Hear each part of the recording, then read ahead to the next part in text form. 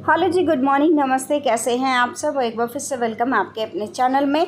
तो जी ये वीडियो है सैटरडे शाम से वीडियो स्टार्ट हो रहा है और इस वक्त शाम के करीबन 5 साढ़े 5 जो है वो बजे होंगे।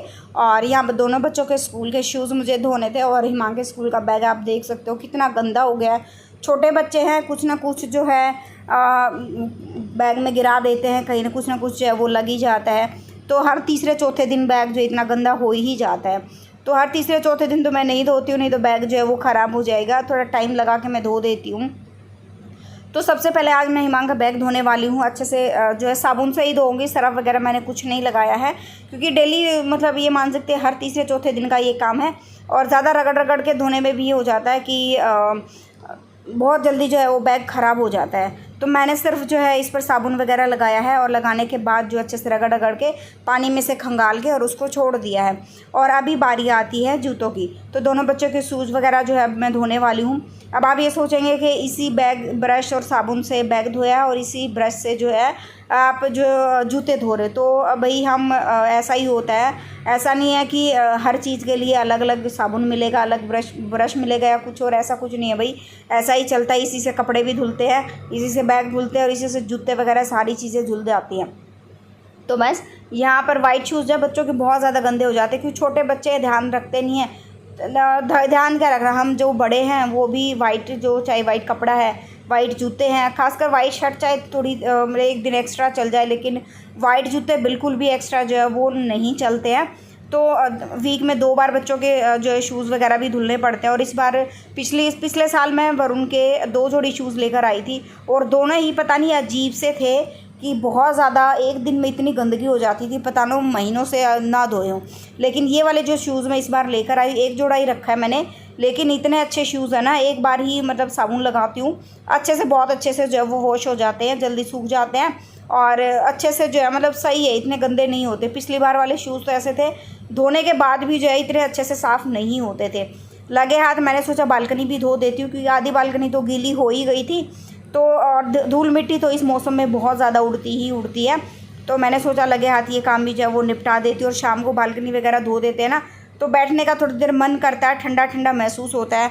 और वैसे भी गर्मियों में तो आप ये मान के चलिए, पानी में हाथ डालने का जो है, ठंडे ठंडे पानी में हाथ डालने का, ठंडे पानी में पैर डालने का, बार बार नहाने का जो है वो बहाना चाहिए होता है। तो बस फिर मैंने सोचा कि लगे हाथ किचन में आप दाग धब्बे दिख पा रहे होंगे कि दाग, क्योंकि किचन की बच्चे क्या है गर्मी में तरबूज वगैरह खाते हैं और तरबूज का तो दाग ऐसा होता है, एक बार गिरा और गिरते ही निशान जो है वो छोड़ देता है।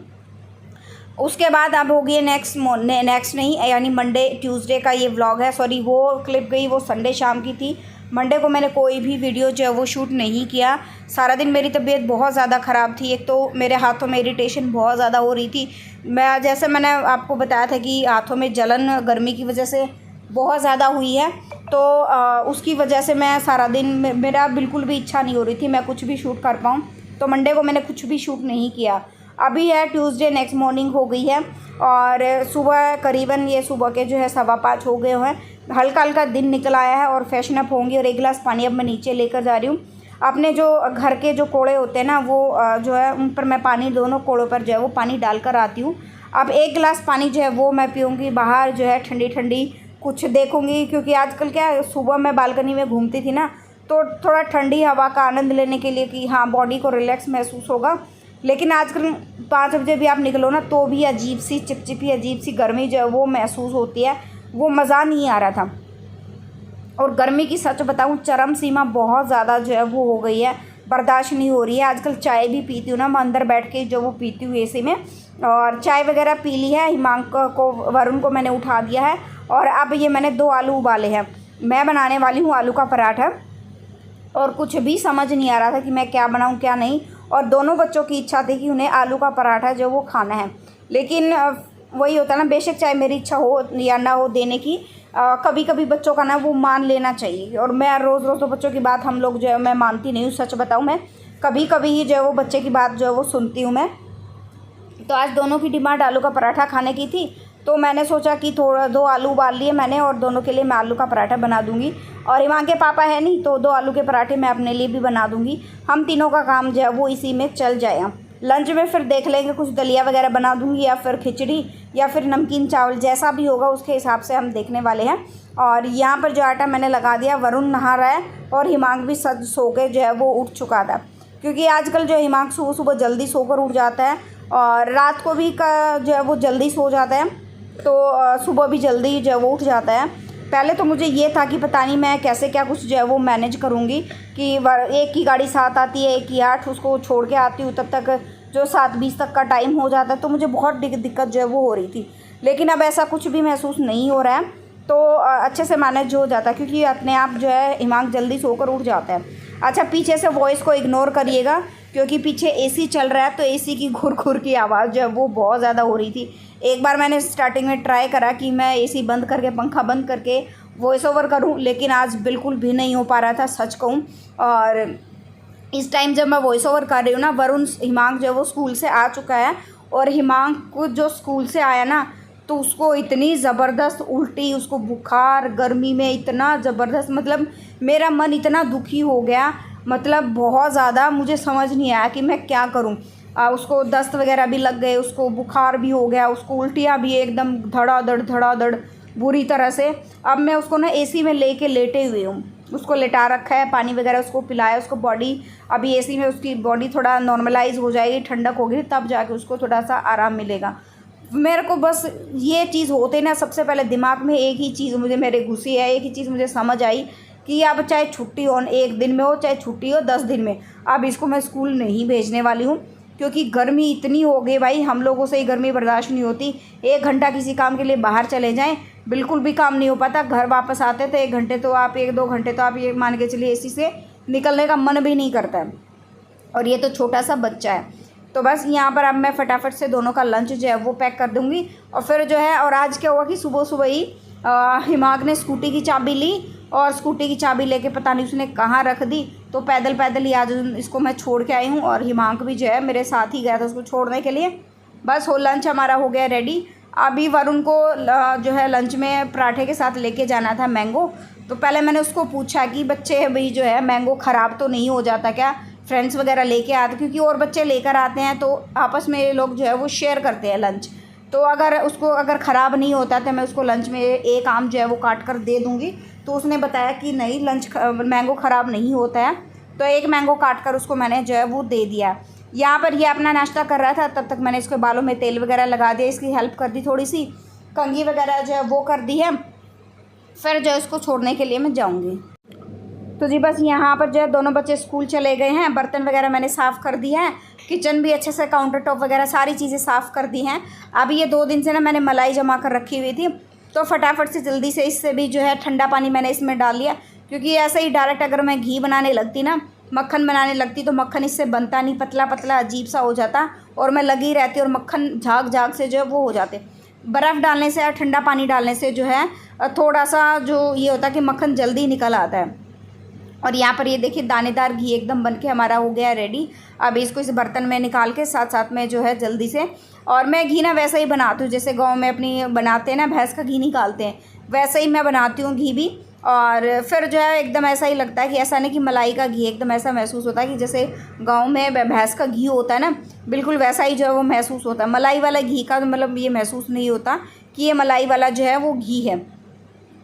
तो बस यहाँ पर इसको अभी फटाफट से जल्दी से रख देंगे, और साथ में जो है मैंने दूध का पतीला सारी चीज़ें धो के रख दी हैं, ताकि दूध वाले भैया आए तो मैं तुरंत जो इसको गर्म होने के लिए रख दूँ। और यहाँ पर साथ में कढ़ाई को भी, क्योंकि क्या है ना, 1-2 बर्तन होता है उसको हम साथ में साफ़ करके रख देते हैं ना, तो फिर जो है ज़्यादा बर्तन इकट्ठे नहीं होते। और ख़ासकर जब चिकने बर्तन होते हैं, जैसे ये कढ़ाई थी, ये एकदम चिकनी थी, इसको साथ में मैं साफ़ कर दिया, और इसको सिंक को भी साथ में साफ़ कर दूँगी ना, तो ये चिकनाई जो है वो और बर्तनों को नहीं लगेगी। नहीं तो एक बर्तन के चक्कर में और भी बहुत सारे बर्तन जो है वो ख़राब हो जाते हैं, सिंक भी चिकना हो जाता है, उसकी चिकनाई दूसरे और बर्तन को लगती है। तो साथ में इस झंझट को भी मैं निपटा के जो है वो दम लेती हूँ, छोड़ देती हूँ कि एक बार में ही अपना सारा काम निपटा लूँ। अभी पीछे के 2 काउंटर मेरे जो है वो बिज़ी हैं, मतलब गर्म है वो, उसको मैं चारों तरफ से वैसे कपड़ा लगा दूँगी, और आगे वाले काउंटर टॉप को मैं अच्छे से जो है वो क्लीन कर दूँगी। और आज थोड़ा सा प्लीज़ इग्नोर करना, पीछे से घुर की आवाज़ ना बहुत ज़्यादा जो है वो आ रही है। और मुझे ना अभी आप लोगों के जो है कमेंट्स वगैरह के भी जो है वो रिप्लाई करने हैं काफ़ी सारे कमेंट्स जो है वो आ रहे हैं। कैसे हैं आप सब, और एक बार फिर से वेलकम आपके अपने चैनल में। सुबह के 10:30 बज गए, काम मेरा सारा खत्म हो गया, बस दूध उबालना रहता है, वो उबल रहा है। मैंने उसको सिम गैस पे रख दिया, तो धीरे धीरे जो है वो उबलता रहेगा। और अब मैं जाऊंगी नहाने के लिए, और उससे पहले व्लॉग का एंड करूंगी मैं यहीं पे। आज मैंने आपके साथ अपना मॉर्निंग रूटीन जो है सुबह 5 बजे से लेकर रात को, सॉरी रात नहीं कह रही हूँ, सुबह 10:30 11 बजे तक का रूटीन जो है मैंने आप लोगों के साथ अपना शेयर करा है, कैसे मैं मैनेज करती हूँ सारी चीज़ें जो हैं।